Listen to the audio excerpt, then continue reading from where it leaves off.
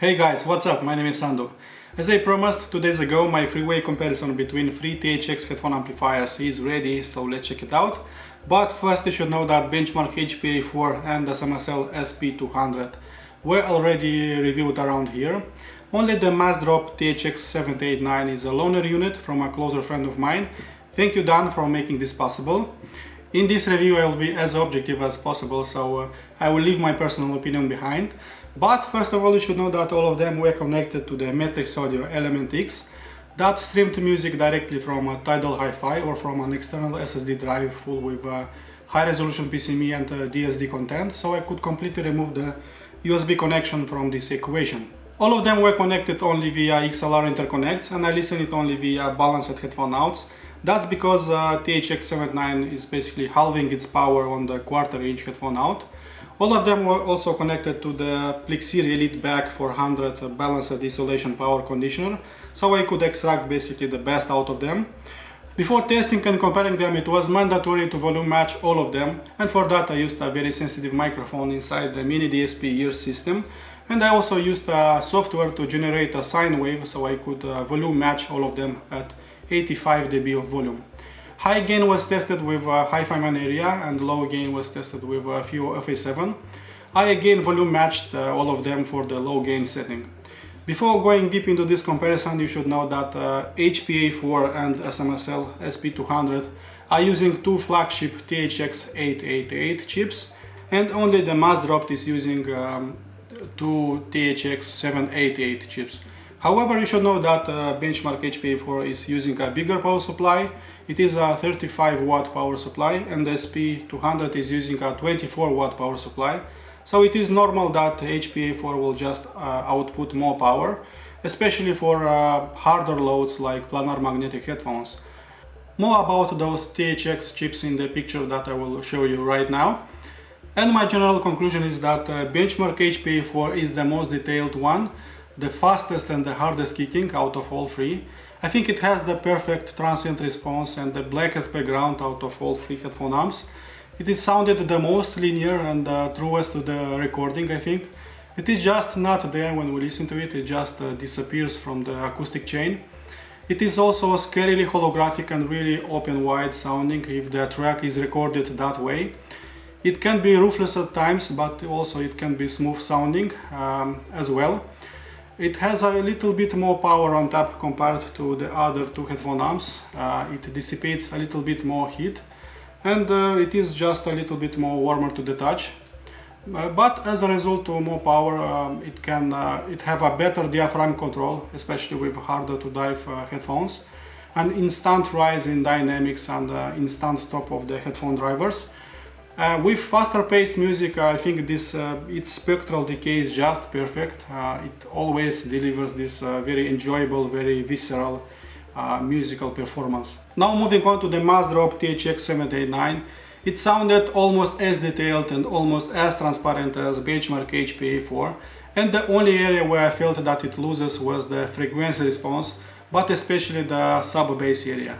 So it doesn't go to Mariana Trench levels like HPA4 is doing, and doesn't rumble my head as much as needed. Overall, I'd say it is gentler sounding, it is smoother sounding by comparison. Its spectral decay is obviously longer, and all the notes will linger just a little bit more. You might like this kind of approach, especially with jazz or with classical music. The background, I would say, is grayer sounding, so not as black as the rest. Transient response is good, but not the best. It is slower sounding compared to the rest of these headphone amps. I feel that its output power is lower than the rest, and as a result it is probably why I didn't hear the fastest transients or the best diaphragm control. Soundstage Size, I think, also took a hit, and it is smaller in size and everything just happens closer to me. It is a bit harder focusing on everything, especially in a crowded track, and air bubbles are just smaller in size somehow. All in all, I think this is a very good headphone amplifier, and it is pretty close to HPA4 once you volume match all of them. But still, I would like to see some things improved in the future. Now moving on to the SMSL SP200, This small unit surprised me so many times. It sounded almost as detailed as benchmark HPA4, and in terms of frequency response it surpasses the Massdrop THX-789 because it has a better sub bass. It just goes a little bit lower and has a better sustain. It is not gentler or smoother sounding as THX-789 is sounding.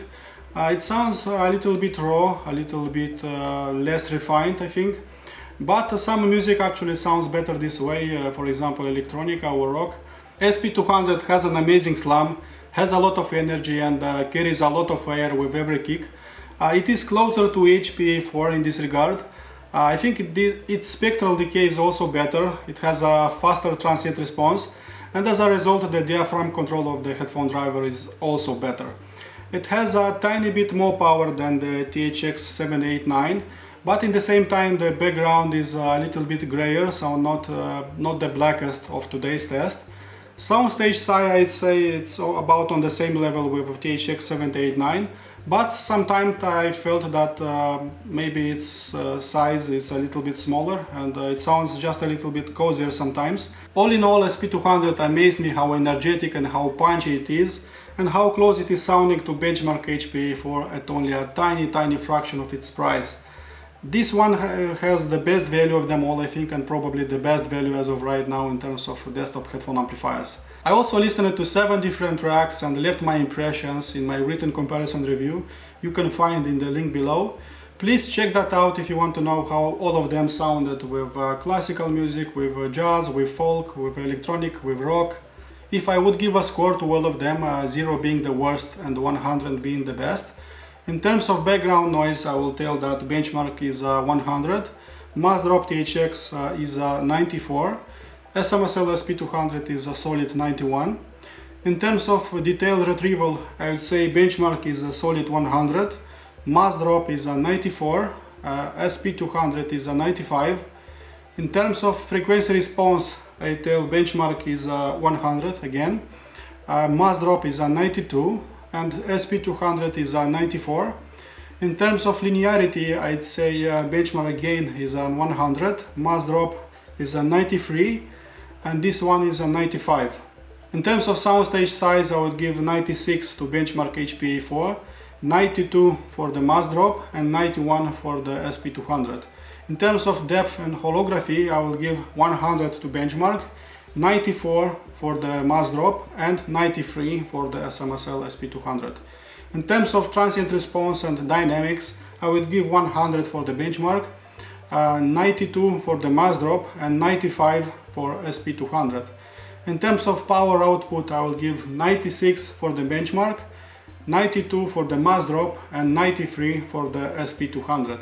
And the overall score is 99 for the HPA4, 92.8 for THX-789, and 93.4 for the SMSL SP200. Okay guys, I hope you enjoyed my comparison review. More will be coming soon.